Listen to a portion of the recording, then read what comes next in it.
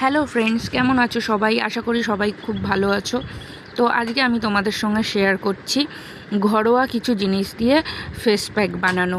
তো সবাই কম বেশি বানায়, আমি কিভাবে বানাই আমি সেটাই তোমাদের সাথে শেয়ার করছি। কম বেশি সবাই তো বাইরের ফেস প্যাক ইউজ করা হয়, তো ঘরোয়াও মাঝে মাঝে ইউজ করা ভালো আমার মনে হয় অন্তত। তো চলো দেখে নিই কী কী ইউজ করছি আমি। প্রথমেই আলু আর বিট নিয়ে রস বার করে নিয়েছি, তারপরে বেসন, টক দই আর কফি পাউডার দিয়েছি, আর এখানে মধু দিয়ে দিচ্ছি। তো মধুটা দিতে গিয়ে শিশিটা আমার হাত দিয়ে পড়ে গিয়ে জিনিসটা পুরো স্প্রেড হয়ে গেছে, এটা ইগনোর করো বন্ধুরা।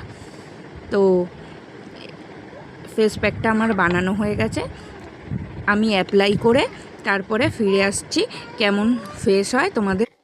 তারপর আমি 10 মিনিট রেখে ভালো করে স্ক্রাব করে নিয়ে দেখাচ্ছি। তো আমি এটা নো এডিট ভিডিও করেছি, কোনো রকম এডিট করিনি।